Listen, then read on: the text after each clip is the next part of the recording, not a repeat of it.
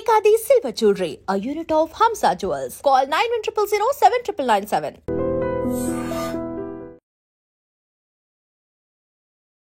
నమస్కారం, welcome to I dream. ధర్మ మార్గం విత్ విజిత కార్యక్రమానికి స్వాగతం.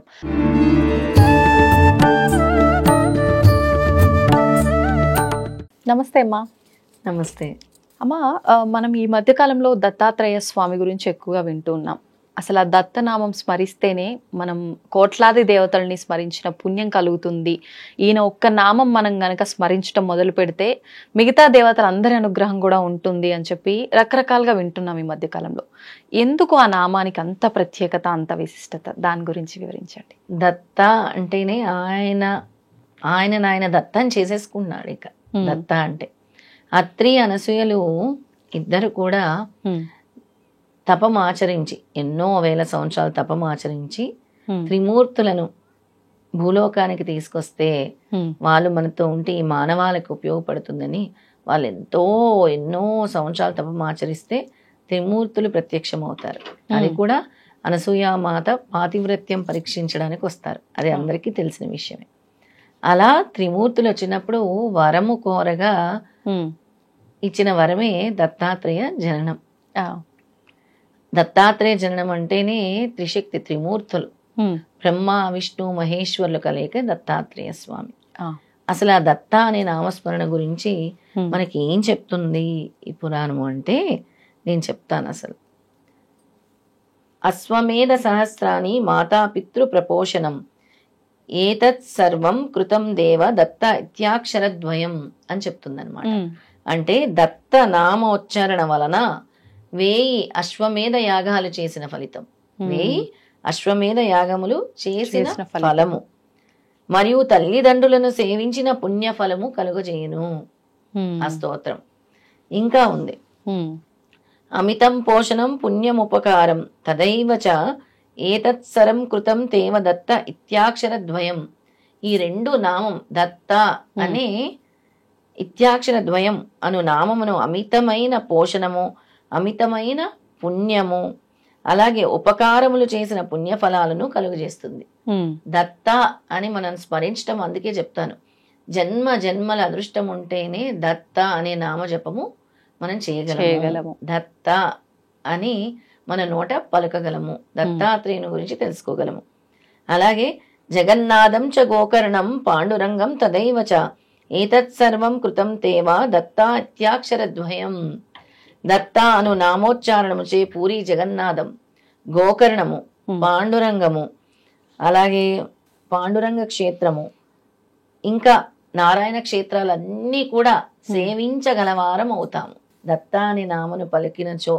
అంటే మనం ఏదైతే దోష నివారణకు సంబంధించిన పూజలు చేయించుకునే క్షేత్రాలు ముఖ్యమైనవి ఉన్నాయో ఈ 3, వాటిని దర్శించినంతటి పుణ్యం. అంటే ఒక్కసారి దత్త అని పలికితే కాదు, దాన్ని ఒక అఖండ సాధనగా 1,000,000 సార్లు నువ్వు జపం చేస్తే స్వామి నిన్ను ఏ విధంగా ఎక్కడికి తీసుకెళ్తారో తెలియదు. అలా మీరు ఎన్నిసార్లు చేసి ఉంటారు? చాలా. ఎప్పుడు స్వామివారి ఆరాధనలో సేవలోనే ఉంటాను. అందుకే నన్ను ఆయన తిప్పని చోటు లేదు. అసలు ఆయన ఎక్కడెక్కడ నడయాడారో ఆ ప్రదేశాలన్నీ కూడా చూపిస్తున్నారు. ప్రతి నెల గానగాపురం వెళ్తున్నాను, ప్రతి నెల గోకర్ణం వెళ్తున్నాను, ప్రతి నెల పుణ్యక్షేత్రాలు వెళ్తున్నాను. అది మనకి డబ్బు ఉంటే వెళ్ళటం కాదు, డబ్బున్నా యోగం, కళతో చూసే యోగం, మన పాదాన్ని అక్కడ పెట్టే యోగం స్వామి మనకు కల్పించటం.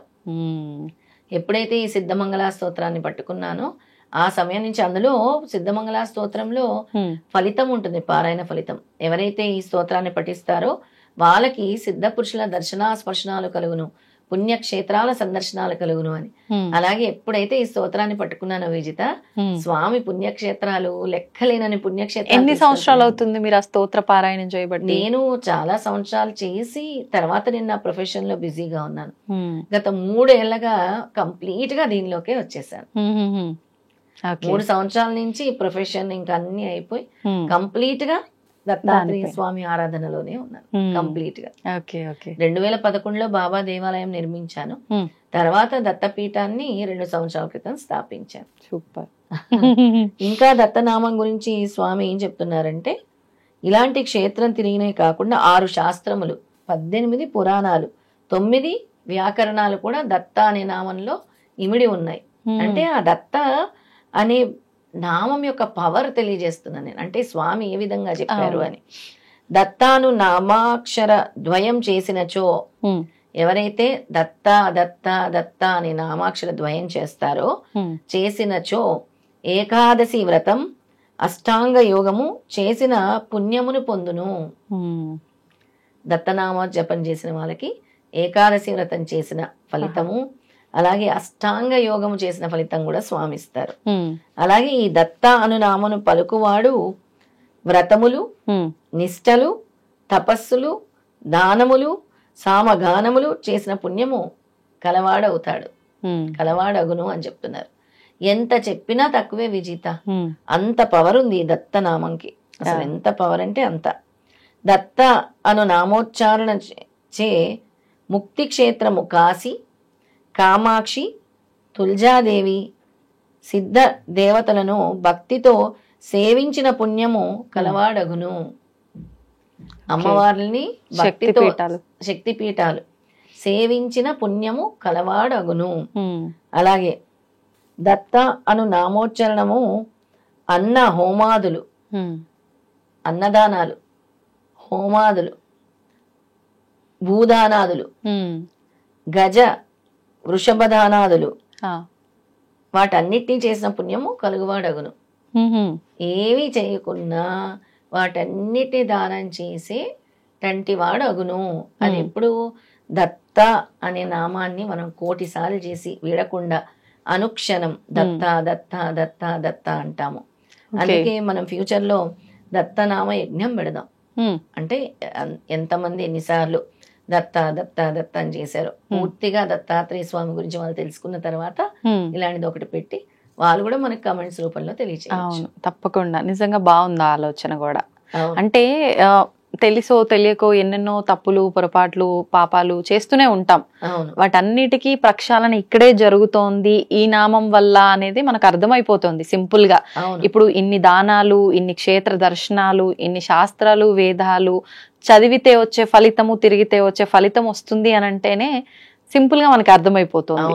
అందరూ ఎక్కడికి వెళ్లకుండా ఒక చోట కూర్చొని నీకంటూ ఒక స్థానం ఏర్పరచుకొని పవిత్రంగా నువ్వు స్వామిని నీ హృదయంలో పెట్టుకొని ఎప్పుడైతే దత్త అనే నామజపం చేస్తావో రాత్రి పగళ్ళు లెక్క చేయకుండా దత్త నామంతోనే నీ శరీరం అంతా ఇమిడి ఉంటావో నీకు ఇంతటి ఫలితం దక్కుతుంది. ఓకే అమ్మ, మనకి శ్రావణ మాసంలో వరలక్ష్మి వ్రతం, మంగళగౌరి వ్రతం అని చెప్పి చేస్తూ ఉంటాం. ముఖ్యంగా వరలక్ష్మి వ్రతం అయిపోయిన తర్వాత ముత్తైదువులకు, సుమంగళి స్త్రీలకు వాయినాలు ఇవ్వందే ఈ వ్రతం అసలు పూర్తే అవ్వదని చెప్పి భావిస్తూ ఉంటాం.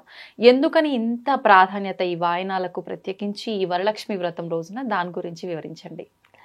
అలాగే విజిత, ఈ వరలక్ష్మి వ్రతం అనేది అసలు అందరూ కూడా ఈశ్వరుని వేడుకున్నారు. ముఖ్యంగా పార్వతీ అమ్మవారు అసలు స్త్రీలు సౌభాగ్యం కోసము, సిరి సంపదల కోసము, సంతానం కోసము ఏ వ్రతాన్ని ఆచరిస్తే బాగుంటుంది అని అడగటం జరిగింది. అప్పుడు పరమేశ్వరుడు పార్వతీ అమ్మవారితో చెప్పిన వ్రతమే ఈ వరలక్ష్మి వ్రతం. మనకి సిరి సంపదల కోసము, స్త్రీ సౌభాగ్యం కోసము, సంతానం కోసము, ఆయుర ఆరోగ్యాల కోసము, ధనధాన్య అభివృద్ధి కోసము. ధాన్య అభివృద్ధి కూడా ఉండాలి కదా మనకి. పాడి పంటలు సమృద్ధిగా ఉంటేనే మనకి ఆహారం ఉంటుంది. ఆహారం లేకపోతే జీవనం ఉండదు. అందుకే అష్టలక్ష్ములు కూడా మనకి అష్టలక్ష్ముల్ని కూడా ప్రసాదించే వ్రతమే వరలక్ష్మి వ్రతం. అమ్మవారి అనుగ్రహం, లక్ష్మీ అమ్మవారి అనుగ్రహం. పూర్వము విదర్భ సామ్రాజ్యంలో చారుమతి అని ఉండేదన్నమాట. చారుమతి నిత్యం కూడా లక్ష్మీదేవిని ఆరాధిస్తూ ఉండేది. అప్పుడు అమ్మవారు కల్లో కనపడి, చారుమతి, వరలక్ష్మి అమ్మవారు కల్లో కనబడి చారుమతికి స్వప్న దర్శనం ఇచ్చి, నువ్వు వరలక్ష్మి వ్రతాన్ని ఆచరించాలి, ఈ విధంగా ఆచరించాలి అని చెప్పడం జరిగింది విధానం. అప్పుడు ఉదయం మేల్కొనగానే చారుమతి విషయాన్ని చెప్తే వాళ్ళ చుట్టుపక్కల వాళ్ళందరూ కూడా విని అందరూ కూడా శుభ్రంగా శుభ్రాన్ని పాటించి తొందరగా విధి విధానాలు ఆచరించి ప్రాతకాలమే నిద్రలేచి స్నానాలు ఆచరించి పట్టు వస్త్రాలు ధరించి అందరూ కూడా పూజకు సిద్ధమై మండపాలు నిర్మించి వివిధ రకాల పుష్పాలతో, పత్రాలతో, అలాగే పీఠాన్ని ఏర్పరిచి బియ్యము దాని మీద వేసి కలశాన్ని ఏర్పరచుకొని సామూహికంగా అందరూ కూడా కలిసి ఒక చోట, అంటే అందరూ ఈ వ్రతాన్ని ఆచరించి ఒకరింటికి ఒకరు రావటం జరిగింది. అంటే సామూహికంగా కూడా చేసుకోవచ్చు వరలక్ష్మి వ్రతం, ఎవరింట్లో వాళ్ళు చేసుకోవడంతో పాటు ఎవరింట్లో వాళ్ళు చేసుకొని మళ్ళీ ఏ ఇంట్లో అమ్మవారు ఎలా ఉన్నారో చూడటానికి కూడా చారుమతి ఏ విధంగా చేసింది, మనం వెళ్ళి అక్కడ పసుపు కుంకాలు స్వీకరిద్దాము అని అందరూ కూడా ఒకరింటికి ఒకరు రావటం జరిగింది. అప్పుడు సామూహికంగా అందరూ కలిసి చారుమతితో పాటు తోరణాలు కట్టుకొని చేతికి ప్రదక్షిణాలు చేయగానే ఒక్కొక్క ప్రదక్షిణకి ఒక్కొక్క వరం ఇచ్చారు అమ్మవారు. ఒక ప్రదక్షిణకి చేతికి గాజులు, ఒక ప్రదక్షిణకి చేతికి పట్టాలు, అలాగా ధన కనక అన్ని వస్తువులు అన్నీ కూడా ఇచ్చారనమాట అమ్మవారు ప్రదక్షిణలకి. అలా అష్టలక్ష్మిలకి ప్రదక్షిణలు కూడా ఉంటాయి. అలా సామూహికంగా అందరూ ఎవరైనా ఇంటికి వచ్చినప్పుడు అక్కడ అందరూ కలిసి అష్టలక్ష్మిలకి ఒక్కొక్క లక్ష్మీదేవికి 3 ప్రదక్షిణలు చొప్పున కూడా చేయొచ్చు అనమాట. అలా కూడా మామూలుగా 3 మాత్రమే చేస్తూ ఉంటాం, 3 చేస్తాం. అలా ఒక్కొక్క అమ్మవారికి ఇప్పుడు మనకి ధైర్యలక్ష్మి, సౌభాగ్యలక్ష్మి, సంతానలక్ష్మి, ధాన్యలక్ష్మి, అలా ఒక్కొక్క లక్ష్మీదేవికి కూడా 3 ప్రదక్షిణలు చేయొచ్చు. ఇక ముత్తైదువులకి వాయనాల సంగతికి వస్తే 3 ముత్తైదువులు గాని, 5 ముత్తైదువులు గాని, 9 మంది ముత్తైదువులు గాని, 11 ముత్తైదువులు గాని పిలవాలి.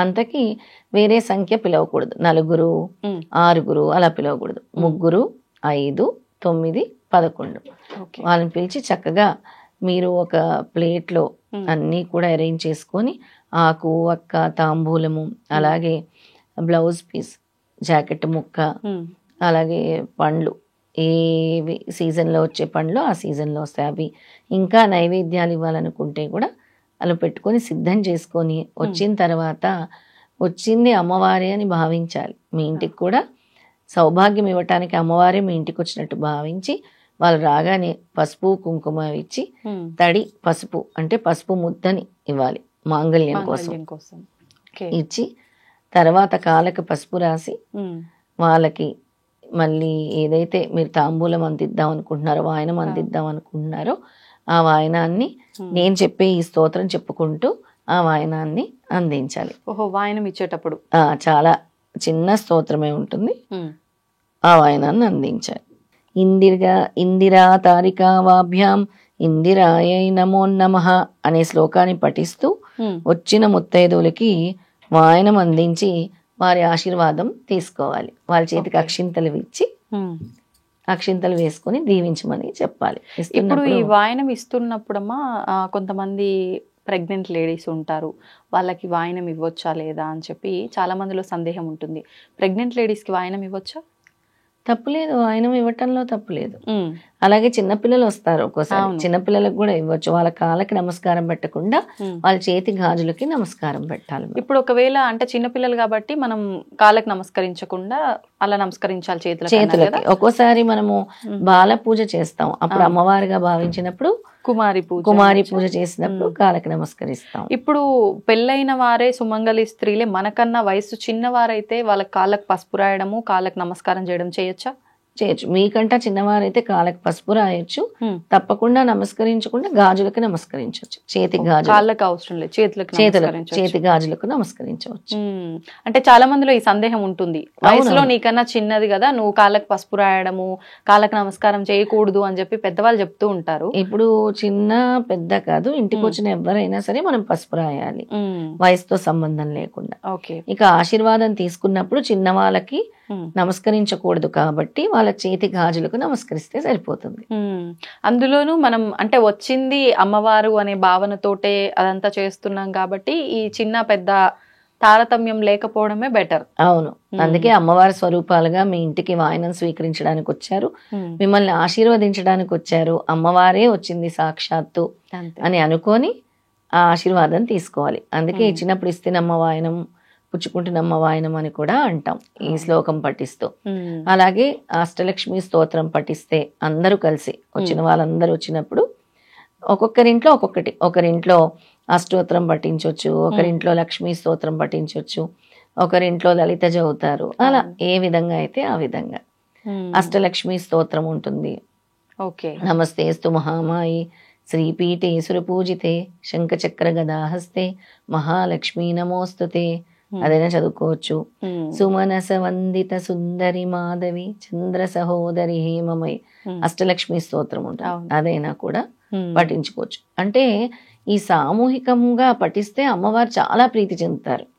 అందుకనే ఆ రోజు కలకలలాడిపోతూ ఉంటుంది.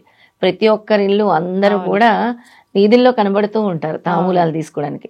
పసుపు కుంకుమ కోసము ఎన్ని మైళ్ళు దూరమైనా వెళ్ళాలి, సౌభాగ్యం కోసము అని అంటారు అనమాట. అవును, మీరు అన్నట్టుగా నిజంగానే మంచిగా పసుపు కుంకుమలతో ఆ పాజిటివ్ వైబ్స్ ఇంట్లోనూ అలానే ఉంటుంది, వీధుల్లో వచ్చిపోయే వాళ్ళు అదంతా కూడా హడావిడి చాలా బాగుంటుంది. అవును, ఇక ఈ సువాసినీలకి ముఖ్యంగా పూజించటం వల్ల విజిత మనకి జన్మ జన్మాల పాపాలన్నీ కూడా తొలగిపోతాయి. సువాసినీలు సాక్షాత్తు అమ్మవారి స్వరూపాలుగా పెద్ద ముత్తైదువులకి మనము గనక పూజించి సువాసిని పూజ గనక చేస్తే మనకి జన్మ జన్మాల దోషాలు తొలగిపోతాయి. అలాగే అఖండ సౌభాగ్య ప్రాప్తి కూడా కలుగుతుంది అనమాట. అందుకే సువాసిని పూజ కూడా ఒక విశేషమైన పూజ మన సనాతన ధర్మంలో. అంటే ఎక్కువ వయస్సు పెద్దవాళ్ళుగా ఉండి ముత్తైదోతనంతో ఉన్న వాళ్ళకి ఎక్కువగా మనం ఇవ్వగలిగితే వాళ్ళ ఆశీస్సులు బాగుంటాయి, చాలా చాలా బాగుంటాయి అనమాట. ఓకే ఓకే, అఖండ సౌభాగ్యవతి అని దీవిస్తారు కదా, అందుకే. ఓకే అమ్మ, శ్రావణ మాసం ఆల్రెడీ ప్రారంభం అయిపోయింది. శ్రావణ మాసం అంటేనే మనం మిగతా దేవతలందరినీ ఆరాధించినప్పటికీ ఎక్కువగా లక్ష్మీ అమ్మవారి ఆరాధన పైనే అందరము కూడా శ్రద్ధ పెడుతూ ఉంటాం. మరి అమ్మవారిని ప్రసన్నం చేసుకోవాలి అని అంటే రకరకాల పూజలు, నోములు, వ్రతాలు చేస్తూ ఉంటాము. అందరికీ ఆచరించడం వీలు పడదు. కొంతమంది ఇవి అంటే ఆనవాయితీ ఉంటేనే చేయాలంటారు. కాబట్టి అలా కాకుండా సులభమైన పద్ధతిలో చేసుకోవడం, అమ్మవారిని ప్రసన్నం చేసుకోవడం అంటే స్తోత్రాలు.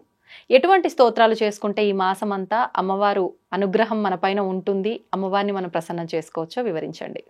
తప్పకుండా విజిత, ఎందుకంటే అందరికీ లక్ష్మీదేవి అవసరం. లక్ష్మీదేవి లేనిదే అసలు జీవితం లేనట్టు అయిపోయింది ఇప్పుడు కలియుగంలో. అంతే, అందరికి ప్రతి ఒక్కరికి కూడా. పూర్వం ఏంటి అంటే డబ్బు కంటే ఎక్కువ విలువలు, దాంతో పాటు ఈ డబ్బు కాకుండా వస్తువు మార్పు ఉండేది. నేను ఇచ్చిపుచ్చుకోవటం, నేను నీకు ఇది ఇస్తే నువ్వు నాకు వస్తువు, నేను నీకు బియ్యం ఇస్తే నువ్వు నాకు కందిపప్పు, అలా ఉండేది. కొనుక్కునే విధానం తక్కువగా, డబ్బులు తక్కువ. అది పూర్వం. ఎప్పుడో మన పాస్ట్ అంటే మన జనరేషన్స్, మన తాత ముత్తాతలు, ఎర్లియర్ జనరేషన్స్, 3 తరాల కిందట అన్నమాట. ఇప్పుడు మాత్రం డబ్బు చాలా అవసరం. డబ్బు లేనిదే జీవనం చాలా కష్టం. కనీస అవసరాలు కూడా తీరవు. చాలా మంది ఇప్పుడు గ్లోబల్ రెసిషన్ అనేది స్టార్ట్ అయిపోయి అందరికీ కూడా ఈ ఆర్థిక ఇబ్బందులు అనేవి మొదలైపోయాయి. సడన్ గా అకస్మాత్తుగా ఉద్యోగాలు పోవటం అన్ని కూడా. కానీ భగవంతుడు ఎప్పుడు కూడా మనకి ఏదో ఒక రూపంలో ఈ తిథి ఇలాంటి శుభ గడియల్ని, తిథుల్ని, మంచి రోజుల్ని చూపిస్తూనే ఉంటారు. అలా భగవంతుడు చూపించిన రోజుల్ని మనం వినియోగించుకోవాలి. అందులో ముఖ్యంగా పౌర్ణమి తిథి. అవును, అలాగే ఆ పౌర్ణమి తిథి రోజే వరలక్ష్మి వ్రతాలు చేసుకుంటాం శ్రావణ మాసంలో. శ్రావణ మాసంలో శ్రావణ సోమవారాలు, శ్రావణ మంగళవారాలు, శ్రావణ శుక్రవారాలు, శ్రావణ గురువారాలు, ప్రతిరోజు కూడా శనివారాలు విష్ణుమూర్తికి, శ్రావణ సోమవారము ఈశ్వరుడికి, మంగళవారము గౌరీదేవి పార్వతీదేవికి, ఇక బుధవారం వచ్చేసి మన షణ్ముఖుడికి చేస్తారు. అలాగే వినాయకుడికి కూడా చేస్తారు విఘ్నాలు తొలగటానికి. అలాగే గురువారం గురుదేవుడికి అంటే అనఘాస్వామి అనఘాలక్ష్మికి కూడా చేస్తాం. శుక్రవారం మహాలక్ష్మికి చేస్తాం. శనివారం విష్ణుమూర్తికి చేస్తాం. అవును, అంటే ప్రతిరోజు కూడా విశేషమైన రోజే. ప్రతిరోజు విశేషం, చాలా చాలా విశేషమైన రోజు అన్నమాట. అందుకనే ప్రత్యేకంగా ఎటువంటి స్తోత్రాలు పఠిస్తే మీకు లక్ష్మి అనుగ్రహం కలుగుతుంది, ఏ విధంగా మీరు స్తోత్ర పారాయణం చేసుకోవాలి, అలాగే ఎటువంటి దీపాలు పెడితే అమ్మవారి అనుగ్రహం లభిస్తుందో తెలియజేస్తాను. అలాగే అందులో ప్రతి ఒక్కరింటికి కూడా అమ్మవారు రావాలని కోరుకుంటారు. రావాలి అని అంటే ముందుగా వాళ్ళ ఇల్లు శుభ్రంగా ఉండాలి. శ్రావణ మాసంలో ఇంటి ముందు కూడా తప్పకుండా కల్లాపు జల్లి లక్ష్మీకరంగా ఉండేలాగా ముగ్గులు వేసుకోవాలి. అందమైన ముగ్గులు వేసుకోవాలి. గుమ్మాన్ని కూడా చాలా శుభ్రంగా ఉంచుకోవాలి. ఈ శ్రావణ మాసం అంతా కూడా నేతి దీపాన్ని గుమ్మాల దగ్గర వెలిగిస్తే కూడా చాలా మంచిది.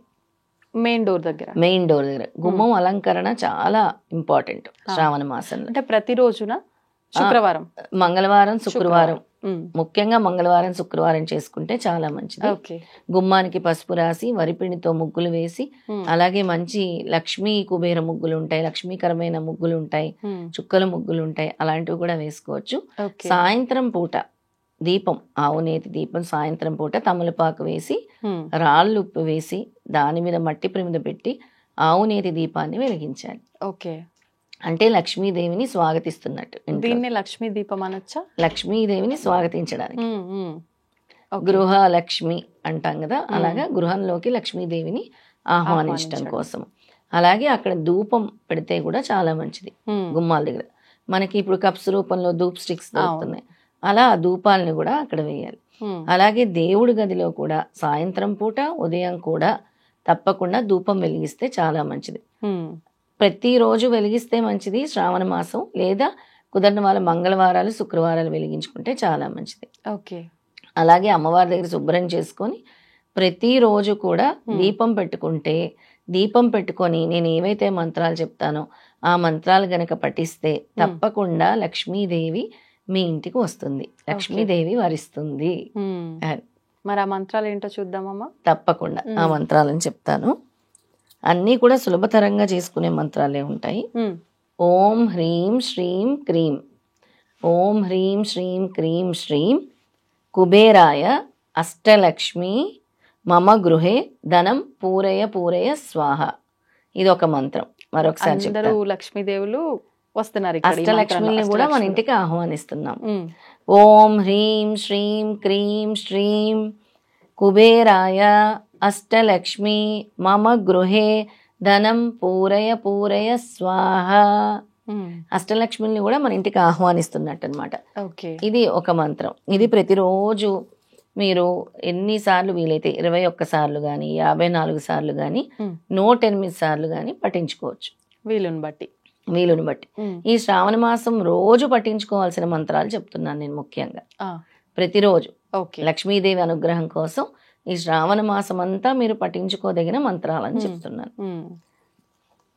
ఇంకో మంత్రం ఉంది, అది దారిద్ర్యం నశించి ధనం కలగటానికి అనమాట. మనకి చాలా మంది దారిద్ర బాధలు అనుభవిస్తూ ఉంటారు. అలా దారిద్ర్యం తొలగాలంటే ముఖ్యంగా ఇది పౌర్ణమి తిథి రోజు, వరలక్ష్మి వ్రతం రోజు చేసుకోవాల్సిన మంత్రము. ఓం ఐం హ్రీం శ్రీం శ్రీయే నమో భగవతి మమ సమృద్ధే జ్వాలా జ్వాల మాం సర్వ సంపదాం దేహి దేహి. ఈ దారిద్ర్యంతో రావాలని, సర్వ సంపదల కోసం ఈ మంత్రం. మరొకసారి చెప్తాను. ఓం ఐం హ్రీం శ్రీం శ్రీయే నమో భగవతి మమ సమృద్ధే జ్వాలా జ్వాల మాం సర్వ సంపదాం దేహి దేహి. ఈ మంత్రాన్ని చేయాలి. చేసేటప్పుడు మనకి మంచి జరగాలన్న సంకల్పంతో చేయాలి. అంటే దారిద్ర్యం తొలగి మంచి జరగాలి. ఏదైతే మనము భావన చేస్తామో అలాంటి ఫలితాన్ని స్వామిస్తారు. అంటే జరుగుతుందా లేదా అని అనుకోని చేయకూడదు. పరిపూర్ణమైన భక్తి విశ్వాసంతో అమ్మవారు ఉన్నారు, నా దారిద్రాన్ని తొలగిస్తారు అని అనుకొని చేయవలసిన మంత్రం అదనమాట. అయితే దీనికి ఇంకోటి కూడా చెప్పారు.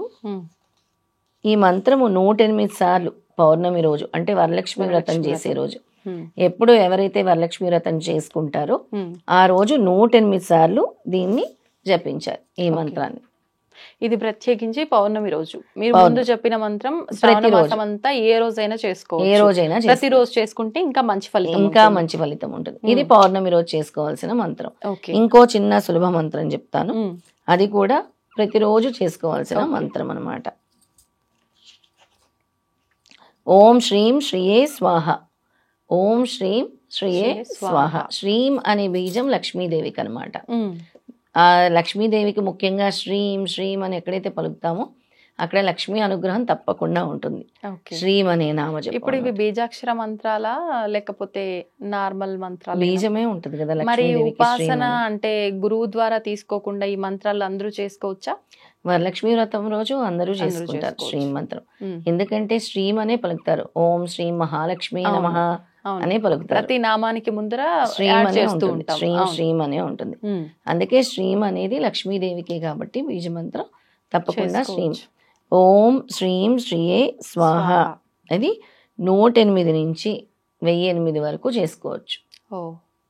అంటే ఎక్కువ మీకు తొందరగా ధనలక్ష్మి అనుగ్రహం కావాలి, మేము ఈ బాధలు తట్టుకోలేకపోతున్నాము అనుకునే వాళ్ళందరూ ఈ 3 మంత్రాలు కూడా చక్కగా చేసుకోవచ్చు. లేదు ప్రతిరోజు చేసుకోలేని వాళ్ళు ప్రతి గురువారం శుక్రవారం చేసుకోవచ్చు. 2 రోజులు కూడా. మంగళవారం గురువారం శుక్రవారం 3 రోజులు కూడా చేసుకోవచ్చు. శుచి శుభ్రతతో ఉండి చేసుకుంటే పర్వాలేదా, ఇంకా ఏమైనా ఎక్స్ట్రా నియమాలు పాటించాల్సి ఉంటుందా? మెయిన్ గా అమ్మవారికి కావాల్సిన శుచి శుభ్రత. చాలా మంది మన వాష్రూమ్ శుభ్రంగా ఉండవు, దానివల్ల కూడా లక్ష్మీదేవి బ్లాకేజ్ ఉంటుంది మనకి.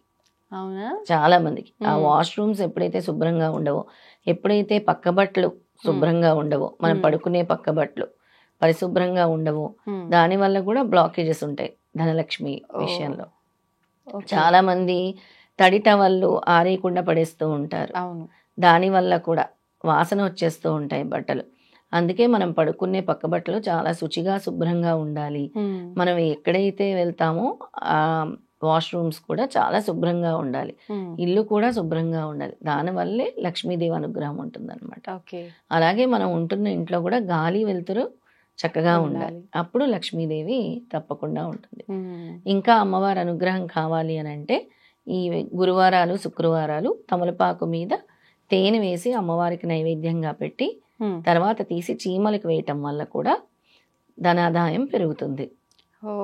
అంటే ప్రత్యేకించి శ్రావణ మాసంలో శుక్రవారాలు తమలపాకు మీద తేనె వేసి చీమలకు ఆహారంగా వేస్తే ధనదాయం పెరుగుతుంది అనమాట. అలాగే అమ్మవారికి చిన్న వెండి గిన్నెలో తేనె నైవేద్యంగా పెట్టి దాన్ని తర్వాత మనం ప్రసాదంగా స్వీకరించినా కూడా ధనాదాయం పెరుగుతుంది, అమ్మవారి అనుగ్రహం కలుగుతుంది. ఇప్పుడు తేనెకి అమ్మవారికి ఏదైనా సంబంధం ఉందమ్మా? తేనెలోనే కదా, క్షీరంలోనే అమ్మవారు ఉంటారు, క్షీరసాగర మదనం అంటాం కదా, అందులో నుంచి అమ్మవారు వచ్చారు కాబట్టి తేనె అంటే అమ్మవారికి చాలా ప్రీతి. అందుకే తేనె గాని, కమలం పువ్వు గాని, అలాగే దానిమ్మ పండు గాని ఇవన్నీ అమ్మవారికి చాలా ఇష్టం అనమాట. క్షీర అన్నం గాని ఇవన్నీ కూడా అమ్మవారికి పెట్టే నైవేద్యాలు. అలాగే కాచిన పాలు పెట్టిన ఇవన్నీ మా దగ్గర లేవంటే కాచిన పాలల్లో కొంచెం పటిక పంచదార వేసి పెట్టినా కూడా అమ్మవారి అనుగ్రహం చక్కగా ఉంటుంది. ఓకే, అంటే మనకు అన్ని రకాల ఆప్షన్స్ కూడా ఇచ్చారు ఈ పూజా విధానంలో. స్తోమతను బట్టి వాళ్ళు చేసుకోవచ్చు, ఎవరి స్తోమత బట్టి వాళ్ళు. ఇప్పుడు స్వామి అడిగేది, అమ్మవారు గాని అయ్యవారు గాని అడిగేది అనంతమైన భక్తి. వాళ్ళు మనకి ఈ విధంగా హంగులు ఆర్భాటాలు చేయమని మాత్రం చెప్పలేదు. నువ్వు ఎంత డెకరేషన్ చేస్తే నేను వచ్చి నేను అనుగ్రహిస్తానని అమ్మవారు చెప్పలేదు. నువ్వు ఎంత భక్తితో నన్ను ఆరాధిస్తావో, ఎంత భక్తితో నన్ను పిలుస్తావో, ఎంత భక్తితో నా నామజపాన్ని చేస్తావో అప్పుడు నేను నీతోనే ఉంటానని అమ్మవారు చెప్పారు అన్నమాట. సంతోషం అమ్మా, ధన్యవాదాలు. నమస్కారం. తవ్వుతూనే శివలింగం సరే దాన్ని అట్లా కప్పేసేయండి, చూపించదండి. మూర్తి పూజ కాదు, సాక్షాత్ బ్రజేంద్ర నందన భగవాన్ ఉన్నారు మూర్తులు. ఏమీ ఆశించకుండా ఆరాధించే వాళ్ళు కూడా ఉన్నారా ప్రభుజీ? నిజమైన భక్తి అంటే మనకు తెలియదు కాబట్టి